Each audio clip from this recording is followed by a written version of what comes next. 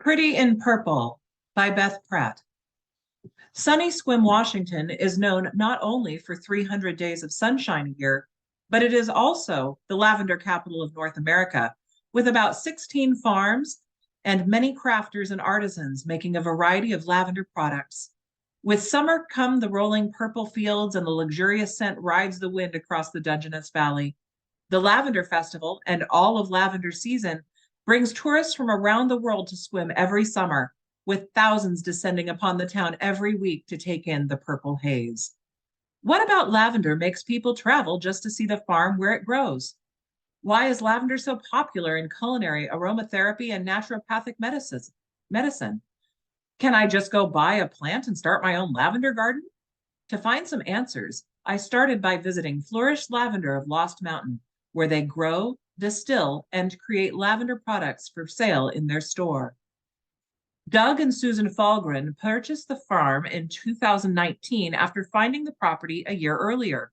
They researched, learned, and investigated the lavender community in the region. This would become their first farming venture, and they would be moving from Montana and Texas to take this plunge. Now in their fourth lavender season, they have 86 lavender varieties in their specimen garden and 8 varieties in the field. They are adding a beehive, bringing their total to 4 hives, and their 3 alpacas, Lacey, Lyric, and Aurora, are providing both fertilizer and fiber to spin into yarn. Like many lavender farmers, they do not stop at growing and harvesting lavender to sell in bundles. They have a 60-liter copper distillery that processes 25 pounds of lavender at a time, leaving them with essential oils to use in a variety of products. In 2022, they invested in a new debudding and cleaning machine for their culinary lavender. This machine can process up to 50 pounds of lavender per hour, leaving them with clean flower buds for use in teas, baking, and other culinary treats. At the farm, open only Memorial Day through Labor Day, they operate a small gift shop.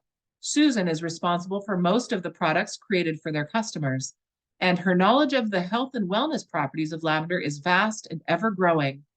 Some of the many uses for lavender include as an oil or salve for treating cuts and burns, as a tonic for helping with hair loss and head lice, as a flower bud for using as a room or carpet refresher, as part of a vinegar solution for use as a surface cleaner, as culinary buds for use as a digestive aid, as an aromatherapy tool for treating anxiety and motion sickness.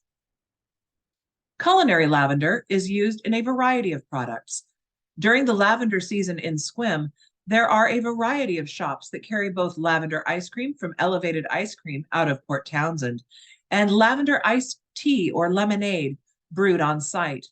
In downtown Squim, Cedarbrook Lavender Store also has lavender laced cookies that are sought after all summer long. Another way to enjoy the relaxation of lavender is to find a harvest host option for camping at a farm. At Flourish Lavender, they offer only one camping site, and it is only reserved for one night at a time for visitors. That way, the visitors are present throughout the busy and quiet times of the day, get to enjoy living amongst the flowers for 24 hours, and can spend time learning alongside the farmers. But how do you grow lavender? Doug and Susan spent their year of research learning just that. What kind of soil and climate, watering schedules, do you fertilize, and with what? The Dungeness Valley is ideal because of the soil quality, the days of sunshine, the temperate winters, and the warm summers. The plants are only watered during their first year in the earth, afterwards left to harvest the moisture they need from the field in which they grow. Doug shared that most folks who struggle to grow lavender are watering it with their other plants. Lavender doesn't require watering once it is established. The plants do have a life cycle, and eventually older plants stop producing flowers and need to be replaced in the field. One thing that Susan learned was that alpaca dung made the perfect fertilizer. She shared that many Squim area farms use composted chicken manure, but that alpaca dung didn't require composting and brought the proper balance to the soil for their newly planted specimens. While so many farmers had access to chicken manure, The local farmers all worked to hone their composting process to minimize the need to rebalance the soil after fertilization. Now, Susan and Doug help supply their fellow farmers with their alpaca manure. Doug and Susan both agreed that for folks looking to develop a farm or even a garden of lavender, the first step is learning.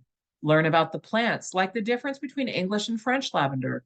Learn about the growing cycle, and learn about all the ways to process and use lavender after harvest.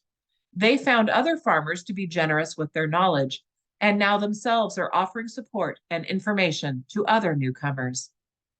For more information about lavender or the farms on the Olympic Peninsula, you can find links to SQUIM's lavender experience, the SQUIM lavender growers, and all the public farms at visitsunnysquim.com. Beth Pratt, Executive Director, SQUIM Dungeness Valley Chamber of Commerce and Visitor Information Center.